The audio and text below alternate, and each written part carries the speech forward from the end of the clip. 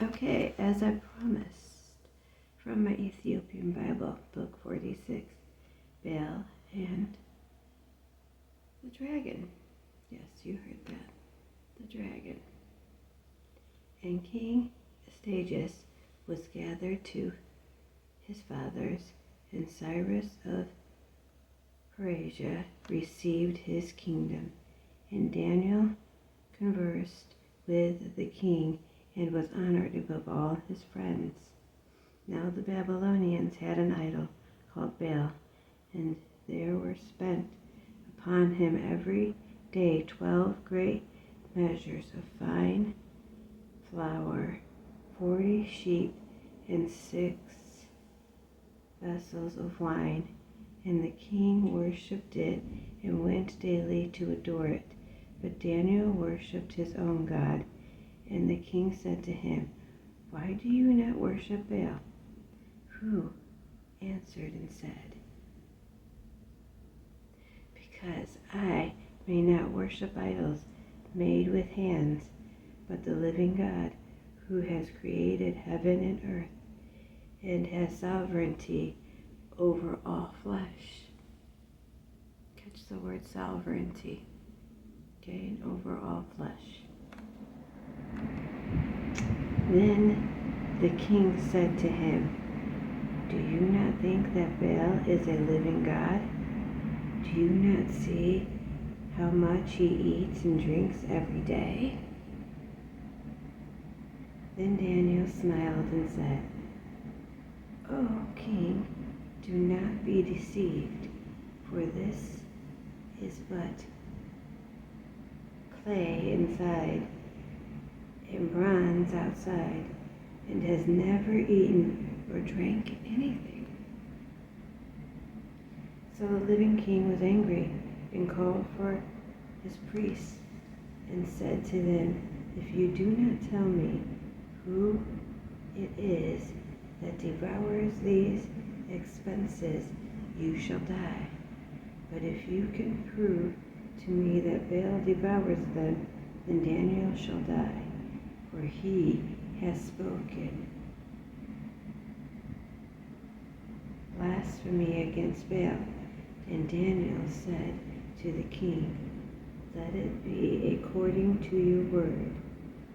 Now the priests of Bel were 70 in number, besides their wives and children. And notice the number 70, okay? It's quite a bit. Now, back to their wives and children. And the king went with Daniel into the temple of Bel. So Bel's priests said, "See, we go out, but you, O king, set out the food, prepare the wine, and shut the door tightly, and seal it with your own snite, and shut the door tightly, and seal it with your own." Okay?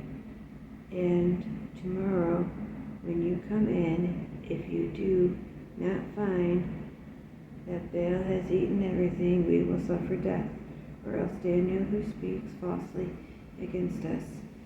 And they cared little about this, for under the table they had made a secret entrance through which they entered continually and consumed those things. So traps back then. They set traps under buildings and stuff back then, guys. Listen now, this is a story I'm telling you that's written in here, okay?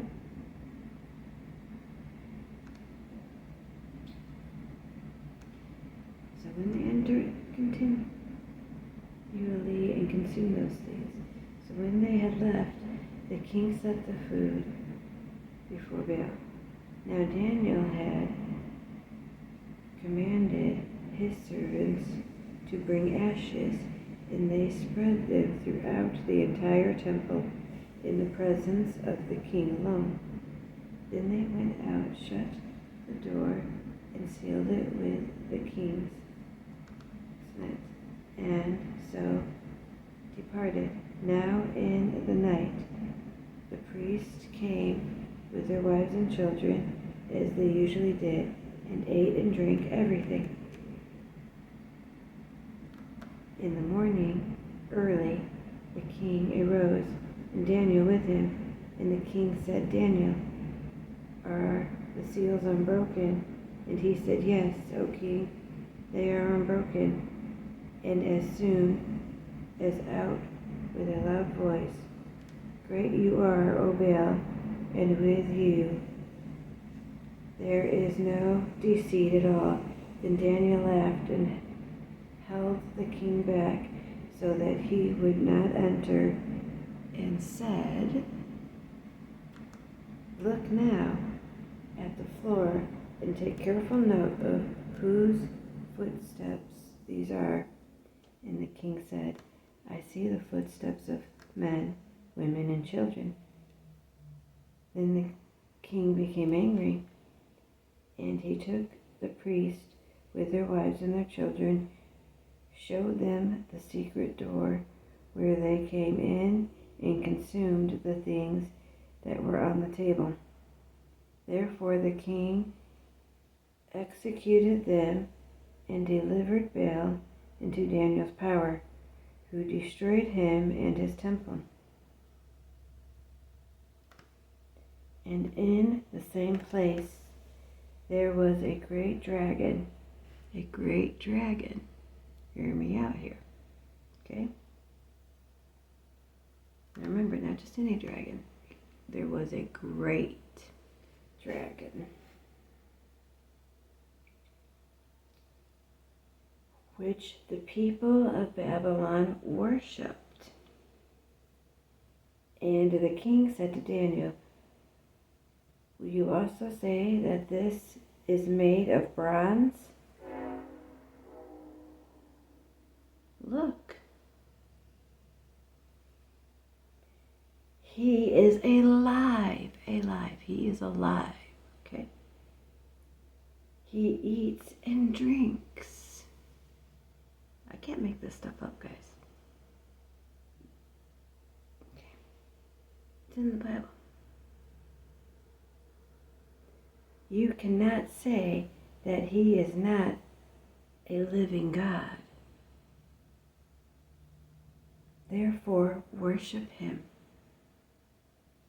Then Daniel said to the king, I will worship the Lord my God,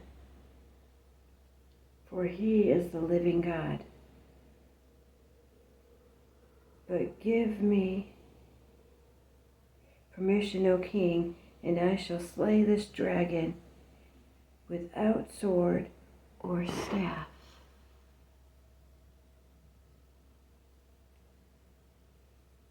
So now he's ready to this dragon, but without a sword, without a staff, alright? With the king's permission. Remember, this great dragon that there once was, that is alive and breathing, that eats and drinks. The king said, I give you permission. Then Daniel took pitch, fat, and hair, and boiled them together, and made lumps of them. Then he put it in the dragon's mouth, and so the dragon burst apart. And Daniel said, See, these are the gods you worship. When the Babylonians heard this, they were greatly indignant and conspired against the king, saying, The king has become a Jew. He has destroyed Bel. He has slain the dragon, and he has put the priests to death. So they came to the king and said, Deliver us, Daniel, or else we will destroy you and your house. Now when the king saw that they pressed him severely, being constrained, he delivered Daniel to them. They cast him into the lion's den, where he remained for 6 days. And in the den there were 7 lions, and they had given them every day 2 carcasses and 2 sheep. But now they were not given anything, so that they might devour Daniel. Now there was in Judah a prophet called Beccuus, who had made a stew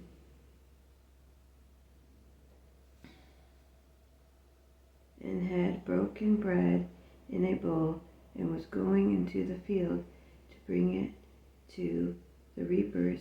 But the angel of the Lord said to Beccuus, "Go carry the dinner that you have into Babylon to Daniel, who is in the lion's den." And Beccuus said, "O Lord, I have never seen Babylon, nor do I know where the den is." Then the angel of the Lord took him by the crown and carried him by the hair of his head, and through the force of his spirit set him in Babylon over the den. Now notice how it talks about his spirit, and he set him over in Babylon.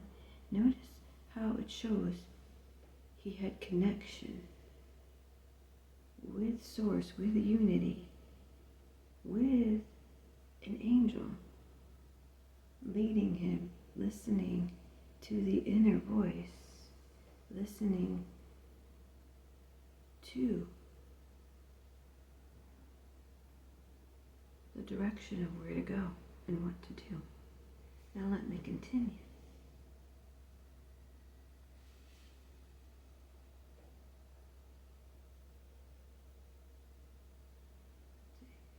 Just looking where I need to go real quick.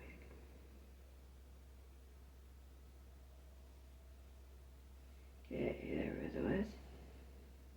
And Beccuus cried, saying, "O Daniel, Daniel, take the dinner which God has sent you." And Daniel said, "You have remembered me, O God, nor have you forsaken those who seek you and love you."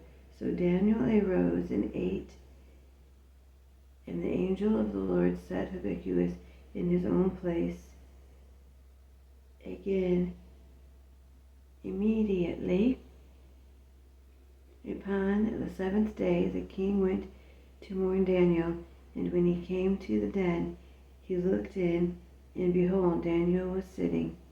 Then the king cried out with a loud voice, saying, "Great you are, you Lord God of Daniel, and there is none other beside you." And he drew him out and cast those that were the cause of his destruction into the den, and they were devoured instantly before his eyes. There, guys. So, out of this Bible right here, guys,